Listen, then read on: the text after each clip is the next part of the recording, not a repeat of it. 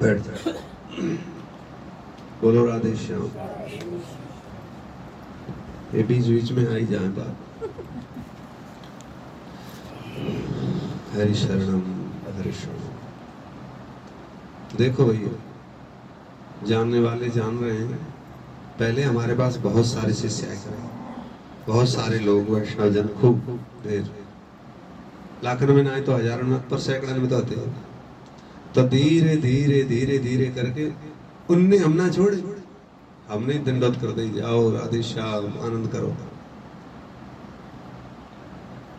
तो आपन में तो दो चार को नंबर है, समझ लो। क्योंकि आप यदि हमारी जरूरत नहीं है तो हमें आपकी जरूरत बिल्कुल भी ना है।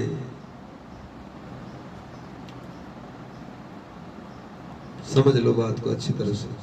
यदि आपको अपने गुरु की आवश्यकता नहीं है तो आपके गुरु को भी आपकी इतनी भी बाल के बराबर भी आवश्यकता नहीं है। और हर बार इस बात को हम जरूर कहते हैं।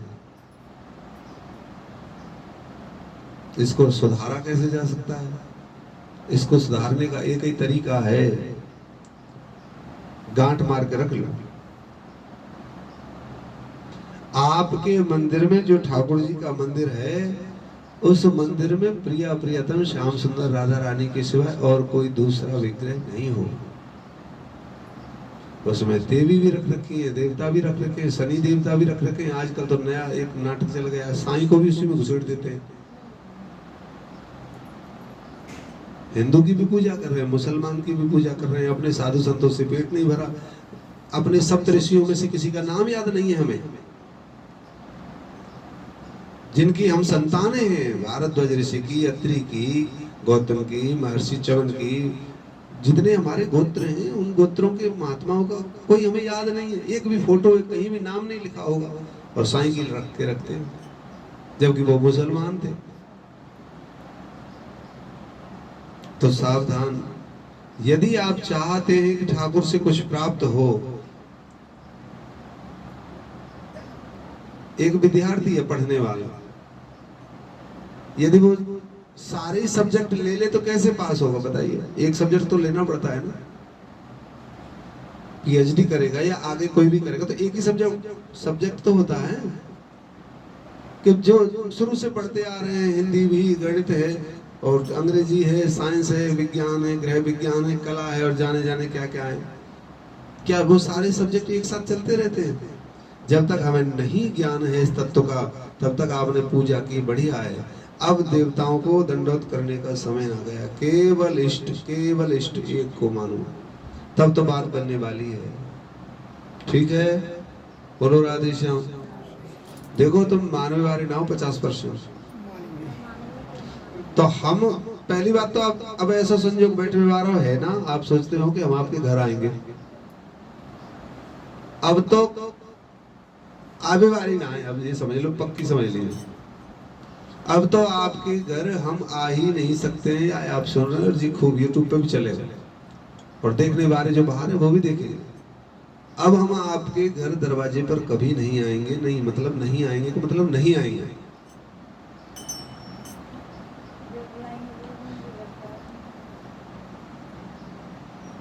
कुछ वजह तो बतानी पड़ेगी है जी, आपकी जो बताएं कहेंगे, फिर बुलाने तो नहीं, और आप नहाएंगे तो कैसे काम चलेगा? तो वो बताएंगे इस वजह हाँ से बताएंगे, क्यों नहीं बताएंगे। अभी इस वजह से मैं नहीं आऊँगा, तो हम समाधान करेंगे उस बात का। पहली बात तो जहां निगुरे हैं सबके सब, आप तो बैठ जाते हैं गुरु जी के पास, और भोजन कौन बना के लाएगा? तुम्हारी बहू बना के लाएगी। बाजार से सामान कौन लाएगा? तुम्हारा बहुत बेटा लाएगा। भोजन परोसेगा कौन? तुम्हारी बेटी। और उनमें से कोई दीक्षित है नहीं। तो हमने अब संकल्प लिया है कि अदीक्षितों के हाथ का हमें पानी भी नहीं पीना है। एक कारण। दूसरा कारण, आपके आरे अलमारी जो मंदिर है, मंदिर तो खैर बनाने की इतनी सामर्थ्य है नहीं, करोड़ों का मकान तुम लोग बना लोगे, लेकिन मंदिर के लिए अच्छी सी जगह नहीं है। वो एक अलमारी ही तैयार करते हो, कोई बात नहीं। उस अलमारी में अगर दूसरा देवता है तो हमारी तरफ कॉल न करें कि आप आ जाइए। यदि आपके मंदिर में केवल और केवल और केवल और केवल गुरुदेव के बताए हुए ठाकुर हैं, तब तो आप करो, आने की बढ़िया बात है। ठाकुर जी रहे। दूसरा, खैर खबर के लिए ना हमारे पास कोई आओ ना हमें कोई बुलाओ, खैर खबर तुम हो आनंदित रहो। केवल कोई भगवदीय कार्य है तब बुलाओ, भगवदीय कार्य से विमुख नहीं है, ठाकुर के कार्य है। भगवदीय कोई कार्य है, ठाकुर का कोई कार्य है तो क्योंकि बिना कार्य के तो नहीं जाना चाहिए। ये तो अपराध है ना वृंदावन धाम को बिना कारण से छोड़ना। हमें किसी से विरोध नहीं है, हमें किसी कोई बुरा नहीं लगता है, सब ठीक है, ठाकुर के हैं। भगवान कहते हैं सब मम प्रिय सब मम उपजाए। एक बहुत बढ़िया सुंदर सा उदाहरण हमें समझ में आ रहा है, उसे समझ लीजिए, आपको समझ में आ जाएगा कि हमें सच में मंदिर में क्या रखना चाहिए और क्या नहीं रखना चाहिए। और ईमानदारी से जान जाओ, हमसे ज्यादा हमको कोई नहीं जानता है। जब कृष्ण भगवान से भी अगर हमारा काम नहीं बना तो बाकी एरो भैरो से किसी से भी काम करने वाला है ही नहीं। आश्चर्य की बात है, यहां नहीं आते लोग शनि देवता को होकर के चले जाते, शनि काम बनाएंगे तुम्हारे, शनि देवता से काम बनेंगे जो कृष्ण से नहीं बना। जीजा की ज्यादा वैल्यू है कि शनि साले की? बताओ बताओ बताओ, साले की ज्यादा है? कहीं भी नहीं है। तो साला लगता है शनि देवता ठाकुर जी का। सूर्य देवता की 3 संतान हैं, एक यम, यमुना और शनि देव। और यमुना किनकी पत्नी है? भगवान श्री कृष्ण की। कालिंदी देवी के साथ विवाह हुआ। 16,108 में यमुना भी है। तो यमुना जी के भैया का नाम है शनि देवता। तो शनि देव कौन लगे? साले ठाकुर जी के। और वो हमारे इष्ट देवता हैं। जब हमारे इष्ट देवता हैं तो हमारे रिश्तेदार हुए कि नहीं? तो शनि देव तो हमारा खास रिश्तेदार हुआ। अपने बहनों के भक्तों को वो क्यों परेशान करेगा, कष्ट नहीं पड़ेगा। इसलिए बाकी सब साधनाओं को हमने ये नहीं कहा कि बुरी हैं, लेकिन जो करते हैं उनको करने दिया जाए। आप अगर ठाकुर के हैं, अरे सौभाग्य मनाइए, वृंदावन से जुड़ गए हो, सौभाग्य मानिए। हमें महाभारत का एक प्रसंग स्मरण होता है। अर्जुन ने भगवान से कहा, हे ठाकुर, आपने अपनी मित्रता दे दी हमें। भगवान की मित्रता तो मिली अर्जुन को। और प्रभु आपने कृपा करके द्वारका के सारे सुख दे दिए, इंद्रप्रस्थ हमको प्राप्त हो गया। हे प्रभु, आपकी कृपा से मुझे भगवत गीता के अमृतमय 700 श्लोकों की भी प्राप्ति हो गई। भागवत गीता किसके लिए कही ठाकुर जी ने? अर्जुन के लिए। लेकिन ठाकुर, एक कमी रह गई जीवन में। भगवान ने कहा वैसे तो सब कुछ दिया है, लेकिन क्या रह गया? तब अर्जुन कहते हैं, ठाकुर जी सब कुछ दिया, लेकिन एक रात भी ठहरने के लिए वृंदावन का वास नहीं दिया। अर्जुन को एक रात भी वृंदावन का वास नहीं मिला। हमारा सौभाग्य है। क्या हम अर्जुन से भी बड़े हो गए? नहीं है, लेकिन फिर भी सौभाग्य है। वृंदावन से तो जुड़े हो, उसकी महिमा को समझो। केवल दाल रोटी कमाने को ही जीवन समझते हैं क्या? आप 10 दिन घर मत जाओ, देखें हम कौन सा भूखा रहेगा, कौन बिना पानी के रहेगा, किसको कष्ट और किसको पीड़ा होगी, हम भी तो देखते हैं, समझते हैं। बताइए, हमें तो नहीं लगता कि किसी को एक क्षण की भी पीड़ा हो गई। आगे आ जाइए भैया, आगे आइए।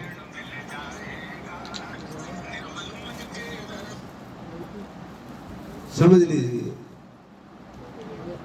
तो हम चर्चा ये बता रहे थे, आपके विश्वास को एकदम सुदृढ़ करने के लिए। महाराज हुई थी, आपने सब भागवत कथाओं में कितनी कितनी बार सुना है। महाराज हुई तब भगवान श्री कृष्ण कुछ गोपियों को लेकर के अंतर ध्यान हो गए, और उसके बाद फिर श्री राधा रानी को लेकर चले गए, और गोपियां वहां पर रह गई। और फिर भागवत जी के माध्यम से आप सुनते आ रहे हैं, गोपी गीत गाया गोपियों ने। जयति ते अधिकम जन्मना प्रजा श्रयति इंद्रा शश्वदत्त ही दयति दृश्यताम दीक्षुतावकास्त्वयि दत्ता शवास्त्वाम विचिन्वते। ये गोपी गीत है। और जब गोपियों ने गोपी गीत गाया, गोपियां बहुत तड़पती। देखो किसी के वहां पीछे देखो वानर, वो नुकसान न कर रहा हो, बंदर देवता को भगा दो फिर भी जो। हाँ, लाठी रखिए वहां से, थोड़ा सा उनको डांट दो। श्री राधे, सब बोलो श्री राधे, श्री राधे। जब गोपियां तड़प रही थी, रो रही थी, तो भगवान श्री कृष्ण से देखा नहीं गया। तो ठाकुर जी ने क्या किया, उनको धैर्य धारण कराने के लिए, सांत्वना दिलाने के लिए क्या किया। बहुत ध्यान से सुन लो, इसी बात से समझ जाएंगे आप। पूरे भागवत की खास बात है ये। भगवान ने चतुर्भुज रूप धारण कर लिया। भगवान ने चतुर्भुज रूप धारण कर लिया। आंख नाक वही है, कान नाक होठ सब वही है, हाथ में भी बंसी लगी है, पोशाक भी वही है। केवल इतना सा काम किया है कि भगवान ने 2 की जगह पे 4 हाथ प्रकट कर लिए। है तो कृष्ण वही। और गोपियां खूब रो रही हैं, और ठाकुर जी उनके सामने आकर के प्रकट हुए। गोपियां ने उनको देखा ही नहीं। भगवान बोले गजब हो गया। गोपियों के साथ साथ चल रहे हैं, उनके आगे पीछे चल रहे हैं कि मुझे देखकर थोड़ी इनको सांत्वना मिले, और गोपी पर कोई असर ही नहीं पड़ रहा है। आखिर ठाकुर से नहीं रहा गया, कहते गोपियों आप देख नहीं रही हो, मैं तुम्हें धैर्य धराने के लिए, धीरज धराने के लिए, ढाढ़स देने के लिए मैं आया हूं। गोपियों ने पूछा तुम हो कौन, अपना परिचय बताओ पहले। मुझे नहीं जानती हो, मैं तुम्हारा कृष्ण हूं, देखो। गोपियां कहती हैं हम ऐसे कृष्ण को नहीं जानती, और ना ही हमें ऐसे कृष्ण से कोई मतलब है जिसकी 2 की जगह पे 4 भुजाएं हों। प्रकट में कृष्ण है, वही कृष्ण है। गोपियां पहचान भी रही हैं, जान भी रही हैं, लेकिन क्योंकि उन्होंने प्रीति और आसक्ति केवल 2 भुजा वाले कृष्ण से की है, इसलिए गोपियों को 4 भुजा वाले कृष्ण भी स्वीकार नहीं है।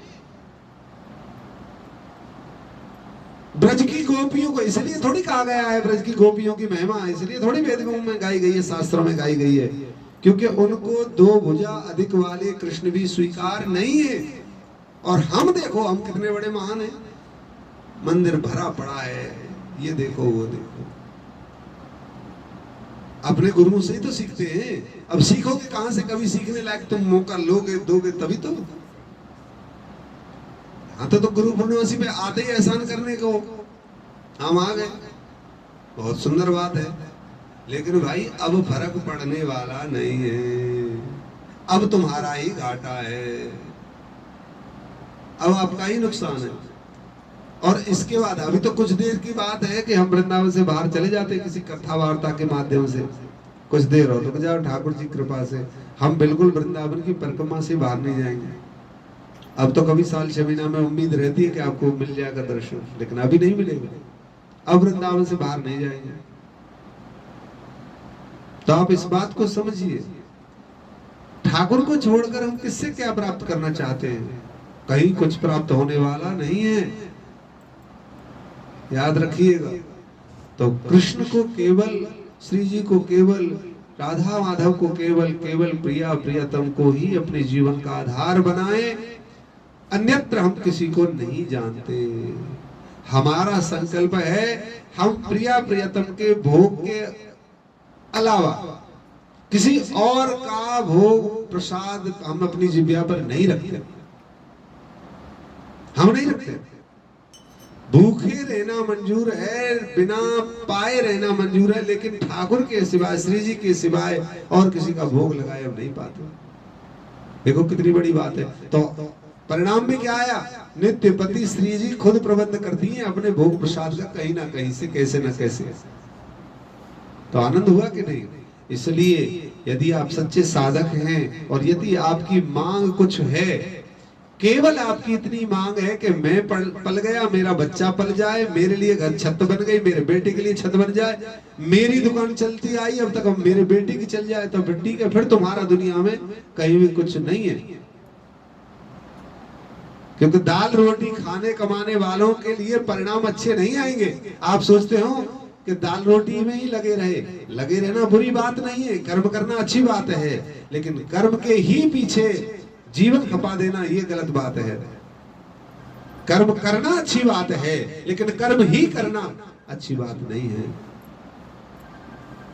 कर्म करना बहुत जरूरी है, लेकिन कर्म ही करना, काम करना जरूरी है, धन कमाना जरूरी है। भागवत में लिखा है, गीता में भगवान कहते धन कमाना, धनोपार्जन करना जरूरी है।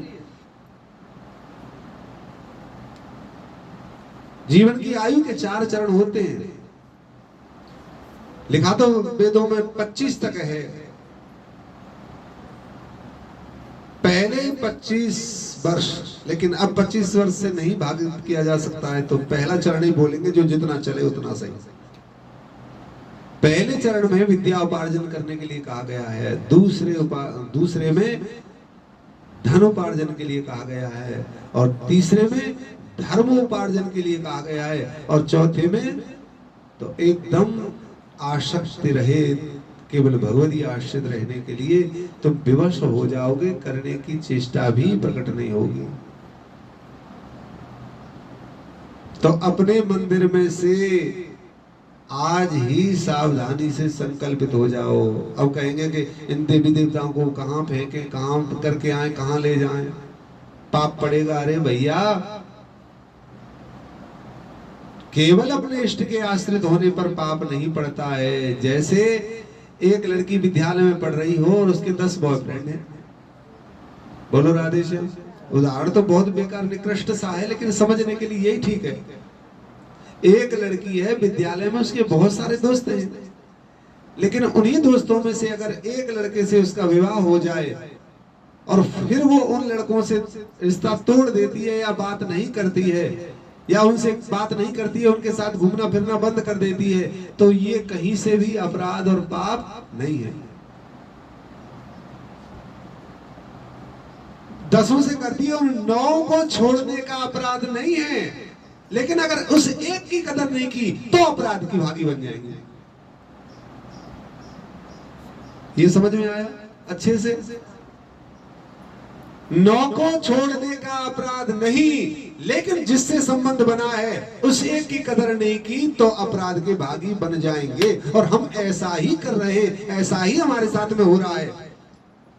अपने छोटे से मंदिर में कितने देवता रख रखे हैं, अब उन फ्रेंडों को छोड़ने की आवश्यकता है। अब जिससे रिश्ता हो गया है, अब अगर उसका सही से सत्यता से निर्वाह नहीं करेंगे तो अपराध के अब भागी हो जाना है। आपको आज्ञा भी मिल रही है और आपको करना भी है, तो अब आप अपराध के भागी बन जाएंगे। फिर कहें कि मेरा अमुक काम, ऐसे काम, तो फिर न कहिएगा। ठाकुर आश्रित रहिए, फिर बात बनती चली जाएगी। जिसने ठाकुर आश्रय होकर के जीवन का यापन किया है, वो सुख दुख में भी ठाकुर के रहे हैं। याद रखिए, बचाने तो एक ही आएगा, पार लगाने तो एक ही आएगा। जब आप पधारोगे तो निकुंज का दर्शन कराने के लिए, आपका हाथ पकड़ने के लिए केवल एक ही देव आएगा। ये सारे इतने लोग नहीं आ पाएंगे, नहीं आ पाएंगे। सब देवता पैदल नहीं चलते, अपने अपने रथों पर चलते हैं, और मार्ग में तो रथ एक ही चल पाएगा। युद्ध भूमि में चलते हैं एक साथ बहुत सारे रथ। अच्छे से समझो इस बात को, देखा है ना टीवी सीरियल, केवल कहां चलते हैं बहुत सारे रथ? युद्ध भूमि में। मार्ग पे तो केवल एक ही चलता है। इसलिए हमें मार्ग का पथिक होना है, भगवदीय मार्ग का पथिक होना है, गुरु मार्ग का पथिक होना है। संप्रदाय जो गुरुदेव के द्वारा प्राप्त है, हमें उसका पथिक होना है, ना कि व्यर्थ में। बैठो चुपचाप, इस बात को समझिए। इतनी कृपा मानो भाई, इतनी कृपा मानो। आज इतने धर्म हैं बहुत ज्यादा, केवल 24 अवतार लिखे हैं भागवत में, अब इतने अवतार हो गए हैं, बहुत ज्यादा। कुछ संप्रदाय, 4 संप्रदाय कही गई है, चारण की 4 और मान लीजिए, 16 संप्रदाय मान लीजिए। लेकिन अब 16,000 संप्रदाय सब अपना अपना गठजोड़ लगाए बैठे हैं। कैसे कैसे शांति मिलेगी, कैसे प्रभु की प्राप्ति होगी? तो देखो, प्रभु की प्राप्ति हो या ना हो, लेकिन उनके प्रेम प्राप्ति की सुलभ चेष्टा करनी चाहिए, अच्छी चेष्टा करनी चाहिए। और वो तब होगी जब एक के आश्रित रह जाओ। हम तो समझ जाएंगे कि आपने हमारा आधा घंटा अच्छे से सुना। जब अब कभी, पहले तो ये होने वाला नहीं है, पहले तो ये संभव नहीं है। बाई चांस श्री जी आप पर कृपा करें और फिर आपके घर में कुछ ऐसा मंगल हो कि जब आप अपने गुरु को बुला सके, इतनी सामर्थ्य श्याम सुंदर आपके हृदय में प्रकट कर दे, तो फिर हम आपके मंदिर में अगर दर्शन करेंगे तो किसी और दूसरा विग्रह हम नहीं देखेंगे। और इतना कहने के बाद भी अगर फिर देखें, तब फिर हमारा और तुम्हारा उसी दिन राधे श्याम अच्छे से। इससे ज्यादा शक्ति हम नहीं बोल सकते। इतना कहने पर भी यदि आप अन्यत्र अन्यत्र देवताओं का आश्रय लिए हुए हैं, तो फिर आपका और हमारा कोई संबंध नहीं, हम उनको नहीं जानते। और आप भी कह देना हम आपको नहीं जानते।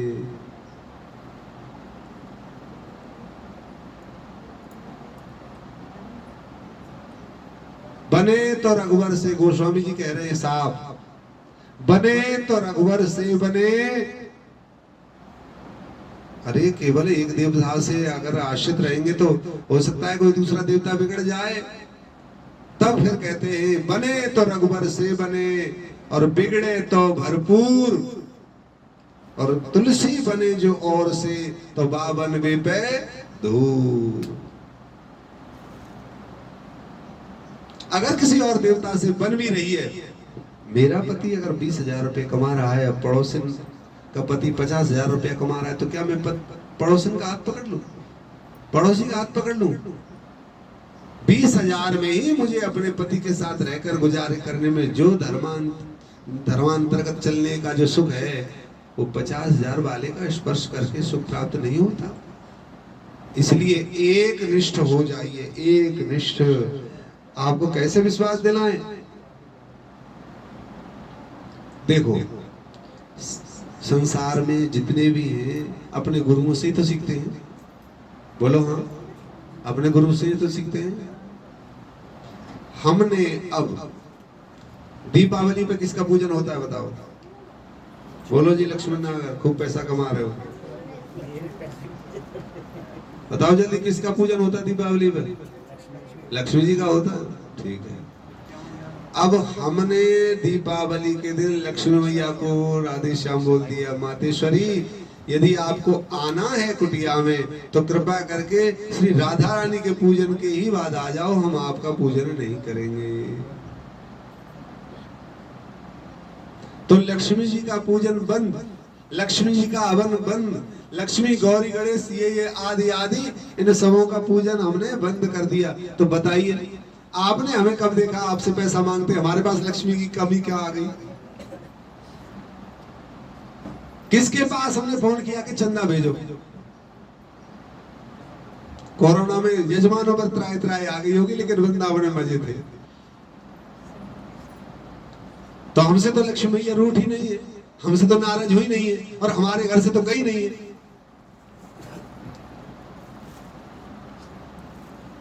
इसका मतलब अपने श्री जी को मनाने पर लक्ष्मी मैया नाराज नहीं होती है। अच्छा, अब दूसरा लीजिए। दूसरा है नवरात्रि में किसका पूजन होता है? शेरा वाली मैया का। लेकिन अब हमने शेरा वाली मैया को भी राधे श्याम कर दिया। मैया अपने शेर को लेके पहाड़ों पे जाओ, या तो बंसी वाला ही रहेगा। नवरात्रि करते हैं, व्रत भी करते हैं, सेवा भी करते हैं, पूजन भी करते हैं, लेकिन अपनी राधा रानी का चित्रपट सामने रखकर राधा रानी का ही मंत्रोच्चारण करते हैं, श्री जी के ही नाम से यज्ञ करते हैं, और श्री जी के नाम से ही कन्याओं को भोजन कराते हैं। अरे नवदुर्गा आती है तो हमारी श्री जी की भी तो अष्ट सखियां आती हैं। तो भावना बदल गई कि नहीं? आप चौकी भी लगाइए, दरबार भी लगाइए, लेकिन दुर्गा मैया का नहीं, श्री जी और श्याम सुंदर का। क्योंकि श्री जी से दुर्गा मैया बिल्कुल अलग नहीं है। हमको लगता है हम आपस में लड़ भिड़ते हैं, लेकिन ये आपस में कभी भी लड़ते भिड़ते नहीं है। क्योंकि पानी में अगर पानी को मिलाओगे तो कभी नहीं लड़ेगा। कुत्ते से मिलाओगे कुत्ते को तो लड़ जाएगा, आदमी से मिलाओगे आदमी को तो लड़ जाएगा, लेकिन पानी से पानी मिलाया तो नहीं लड़ेगी। अग्नि से अग्नि मिलाई तो नहीं मिलेगी, वायु से वायु मिलाई तो नहीं मिलेगी। ये इसी प्रकार से शक्तियां हैं, शक्तियां आपस में नहीं टकराती हैं। देवता आपस में नहीं टकराते। तो इसलिए दो काम हो गए। अब तीसरा, कितनी बढ़िया बात है। शिवरात्रि को व्रत रखते हो कि नहीं? बोलो राधे श्याम। सब रखते हैं और हिम्मत नहीं है छोड़ने की। शिव जी का जिस दिन हम शिवरात्रि रखते हैं उस दिन कौन सा पर्व होता है, क्या उत्सव होता है बताओ? शिव विवाह होता है कि नहीं? शिव विवाह के दिन, अब बताओ विवाह वाले दिन कौन व्रत रहता है? अपने यहाँ बफर सिस्टम कराते हैं। कुछ लोग तो ऐसे बढ़िया होते हैं कि एकादशी का तो शादी का मुहूर्त रखेंगे और दाल चावल 56 भोग रखेंगे। कितने कितने विवाह हमने एकादशी के दिन होते हुए देखे, जो परम वैष्णव हैं और गुरु की कंठी ले रखी है, एकादशी व्रत भी कर रहे हैं, लेकिन उस दिन दाल चावल सबको खिलाएंगे, अन्न उस दिन सबको खिलाएंगे। अपने बच्चों का विवाह एकादशी के दिन बिल्कुल नहीं। अगर थोड़ा कमजोर मुहूर्त आ रहा है तो वो चाहिए हमें, लेकिन इस दिन नहीं चाहिए जो हमारे भजन को ही कमजोर कर दे। उस दिन सब व्रत रहते हैं और शंकर भगवान की आराधना पूजना करते हैं। बुरा नहीं है, लेकिन एक निष्ठ तो खत्म हुई। जिसकी आराधना पूजना करोगे उसका भोग लगाकर प्रसाद तो पाओगे। ये आप शिव जी का प्रसाद नहीं पाना है, और पाए तो फिर एक निष्ठा कहां गई आपकी? जिस देवता का व्रत रखोगे, आरती पूजा भोग लगाकर पाओगे कि नहीं, कि फेंक दोगे? और पाएंगे तो फिर एक निष्ठा कहां रही? इसलिए सावधान। कुछ पाने के लिए कुछ तो करना पड़ेगा, कुछ पाने के लिए कुछ तो खोना पड़ेगा। कोई परचूने की दुकान पर भक्ति नहीं मिलती, परचूने की दुकान पर भगवतीय प्रेम नहीं मिलता, बाजार में ठाकुर का रस प्रेम और आनंद प्राप्त नहीं होता है। अपने अंदर है, लेकिन रगड़ तो करनी पड़ेगी।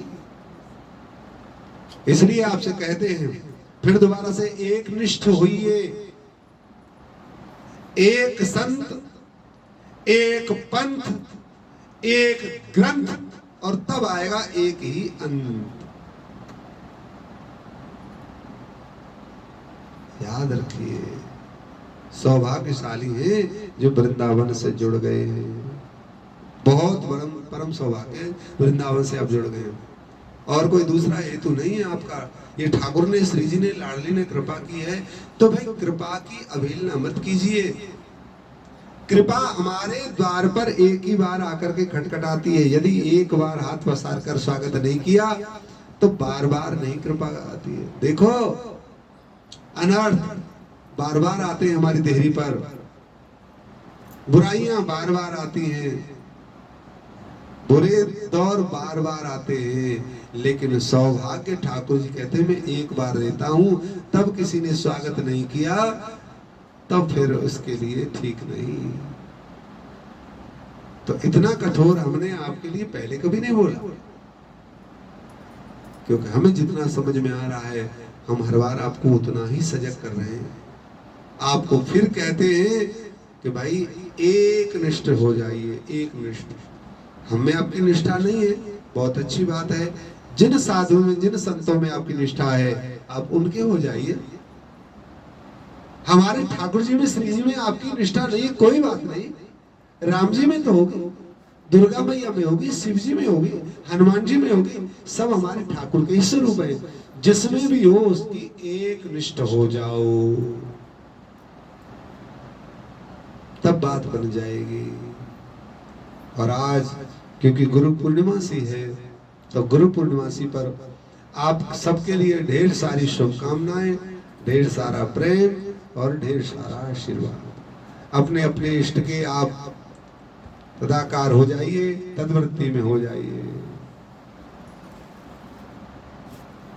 बस में लिखा रहता है पहली, दूसरी और तीसरी सीट पर सोना, लिखा रहता है कि नहीं? बोलो राधे श्याम। प्रवचन होता है तब आनंद आता है, फिर इसी की जरूरत नहीं। तो इसलिए ठीक है, राधे राधे गोविंद गोविंद राधे। मत गाइए। राधे राधे गोविंद गोविंद राधे।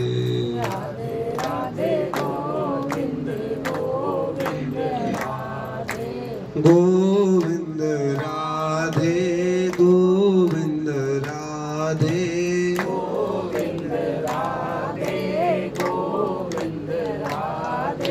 राधे राधे गोविंद गोविंद राधे।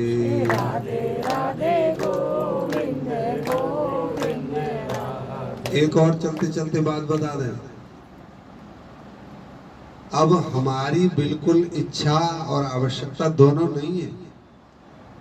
आपने हमें अपना बनाया वो भागवत के माध्यम से, लेकिन यदि अब आप सोचते हो कि आपकी कथा कहने के लिए आएंगे और आपको सलाह देंगे कि हमारी कथा करवा दो, तो अब ना तो हम कथा करने आएंगे, आप तो खैर नहीं कराएंगे, लेकिन आप कराएंगे हम तब भी नहीं आएंगे। आप चाहे किसी से भी भागवत कथा करवाओ, लेकिन अब हम कथा कहने के लिए नहीं आएंगे। अभी जब तक चल रही है, ठाकुर जी की प्रेरणा से चल रही है, साल 6 महीने जब तक हमारा नहीं होता है कुछ, तब तक ऐसा है। फिर उसके बाद क्योंकि सब जगह जाना बंद, क्योंकि कथा वार्ताओं से भी विक्षेप पड़ता है भजन में, जाने से, आने से, फिर दूसरे का खाने से, फिर लोगों के मिलने से। शिष्य वो अधिकार से पांव छूते हैं, अपने पड़ोसियों को लाते, फिर वो ही पांव छुए। देखो, अगर साधक बनोगे, साधना करोगे, तो कुछ बात बनेगी। पंडित जी बचपन से ही कमा रहे हैं, बचपन से ही कमा रहे हैं, और जब कह दिया जाए कि चलो ठीक है, अब आप 1 लाख रुपए निकाल के दो, तो बताओ क्या कोई हाथ खड़ा कर देगा कि हाँ मेरे पास है 1 लाख रुपया? यानी कि तुम जन्म से कमाते आ रहे हो, आज तुम्हें इतनी सामर्थ्य नहीं है, तो फिर कमाई कहाँ इकट्ठी की और कैसे कर ली? क्या किया? इकट्ठा किया। धन आपने इकट्ठा नहीं कर पाए, और धर्म आपके पास इकट्ठा है नहीं। धर्म इकट्ठा किया नहीं और धन इकट्ठा है नहीं, तो उम्र किसमें गई? बाल किसमें पका दिए? हमें तो ये उत्तर नहीं मिल रहा है आज तक। धर्म कर नहीं पाए, या कि कोई हुई नहीं, भागवत कथा हुई नहीं, यात्रा कहीं अच्छे से परिवार को लेकर गए नहीं, दान कोई विशेष बड़ा किया नहीं, भूमि दान किया नहीं, अन्न दान किया नहीं। इसलिए प्रेरित नहीं कर रहे कि हम दान पुण्य लेने की भावना से कुछ भाव रख रहे, नहीं। दान यज्ञ जब तक हमने कुछ किया नहीं, भौतिक रूप से भी हम धन कमा करके इकट्ठा नहीं रख पाए, तो कैसे चलेगा? इधर बैठ जाइए। हमारे एक बचपन के मित्र आए थे, देख लो, बस इसी को कहकर विश्राम करेंगे। हमारे एक बचपन के मित्र आए और आज उनके पास करोड़ों रुपया है, और आकर के वो हमारी झोपड़ी को ऐसे देख रहे हैं, अरे ये कमाया है आपने? हमने कहा हमारे पास तो यही है। हमने कहा आपने कितना कमाया? उसने बताया हमें करोड़ों में है। बहुत अच्छी बात।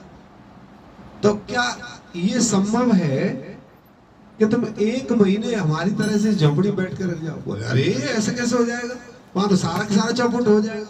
मतलब इतने दिनों से जो करोड़ों कमाया है, उस करोड़ों में से 1 महीने बैठकर यदि नहीं खा सकते, तो वो कमाया कैसे माना जाए?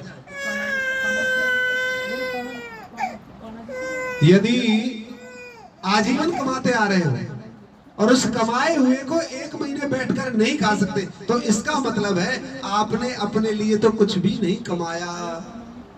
न धर्म कमाया, न भजन कमाया, न धन कमाया। जीवन भर कमाया और वो 1 महीने भी बैठकर नहीं खा पाए, तो काय बात के भैया, तो अब तो नहीं माना जाएगा। हमसे तो अच्छे वो बिहारी बढ़िया है, 500 रुपए ले आते हैं, 250 रुपए आज खा लिया, 250 रुपया कल खा लिया, परसों फिर चले जाएंगे बेलदारी पे। हम वैसे ही मुझे में ताव लगा रहे फालतू के, हम ये बन गए वो बन गए, हम कुछ नहीं बने। और देखो, हमें हमसे ज्यादा और कोई नहीं जानता। कोई बेशक दावा कर ले मैं तुम्हें अच्छी तरह से जान गया, नहीं, हम इतने चालू हैं कि हम भगवान को भी धोखा देने में माहिर हैं, तो पास पड़ोसी और अपने परायों की तो बात है क्या। कहती रहती है देवी मैं तुम्हें अच्छी तरह से जान गई हूं, पुरुष कहते रहते देवी को मैं तुझे अच्छी तरह से जान गया हूं, लेकिन नहीं जाने। अरे जान कैसे जाएंगे, भगवान हमारा भेद नहीं जान पा रहे हैं तो कौन जान पाएगा। हम सब 420 कर रहे हैं और 420 से काम निकलने वाला नहीं है। आश्चर्य की बात है, आश्चर्य की घटना है, कमाना कमाना कमाना, लेकिन किसी से भी पूछो कितना कमाया, बोले कहाँ महाराज। जब भी कहो महाराज काम पे जाना है, जब भी महाराज दुकान पे जाना है, जब भी महाराज आज दुकान बंद हो गई, भाई ठीक है बहुत बढ़िया बात। सब किस बात का हवाला देते हैं, काम पे जाना, दुकान पे जाना, धंधे पे जाना, नौकरी पे जाना, ठीक है। अब भाई है क्या तेरे पास, पिछले वाले दोनों हाथों जो महाराज बस यही मत पूछो, है ही कुछ नहीं, तो फिर काहे को, फिर तो यहीं बैठो भजन करो, हमारे पास है सब कुछ। ना तुम धन से संतुष्ट, ना तुम मन से संतुष्ट, और ना ही तन से संतुष्ट। आज 10 किलो वजन कम हुआ है, कुछ दिन बाद देख लेना 15 किलो हो जाएगा, और धीरे धीरे धीरे धीरे बेड़ा पार होता चला जाएगा। न तन स्वस्थ, न मन स्वस्थ, न धन स्वस्थ, फिर कैसे आगे का कार्यवाही होगी भाई। गुरु बनाने का मतलब मजाक करना नहीं है, नाटक करना नहीं है, कोई फिल्म नहीं बन रही है। गुरु बनाने का मतलब है, सब इसलिए गुरु बनाते हैं कि इस माध्यम से भगवदीय मार्ग पर कुछ आगे चला जाए। मनुष्य जन्म मिला तो इसका कुछ सदुपयोग किया जाए, इसलिए नहीं कि अपना भी प्रयास करो, उपास करो और गुरु का भी करो। गुरु शिष्य अंत बधिर कर लेखा, एक न सुने एक न देखा, धन हरहि और दुख न हरहि, सो गुरु घोर नरक में परहि। हारी बीमारी तकलीफ, पेट में दर्द, ये दुकान नहीं चलना, ये दुख नहीं है। मनुष्य जन्म पा करके भी भगवान को नहीं प्राप्त करना, ये सबसे बड़ा दुख है। मनुष्य जन्म मिला है, स्वस्थ है, घर पर छत है, सर पर छत है, तन पर कपड़े हैं, पेट में रोटी है, उसके बाद भी अगर हमारे द्वारा भजन नहीं हो रहा है तो ये दुख सबसे बड़ा दुख है। इस दुख की बराबरी नहीं है। केवल समय पर खा जाना, समय पर उठ जाना, समय पर सो जाना, समय पर बात कर लेना, टहलना, सारा कुछ केवल इस दिनचर्या का नाम ही मनुष्य जीवन है क्या? नहीं।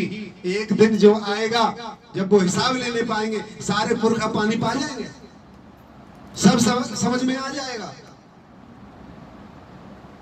मनमानी कर लो, कितनी मनमानी करोगे। देखो ये जेल जितनी भरी पड़ी है वो किसके कारण भरी पड़ी है बताओ? मनमानी के कारण ही तो। जितनी भी भारत की या विश्व की जेलें भरी पड़ी है, किस कारण से? अरे मनमानी तो किया उन्होंने, किसी की बहन बेटी के लिए, किसी के धन के लिए, किसी से मारपीट के लिए, किसी से अलग अलग तरह के अपराध हैं। लेकिन उन सब अपराधों के करने में मनुष्य की मैं मेरी और मनमानी तो है। ये तो हो गया भौतिक जगत की मनमानी। भौतिक जगत की मनमानी तो ये जेल है, और आध्यात्म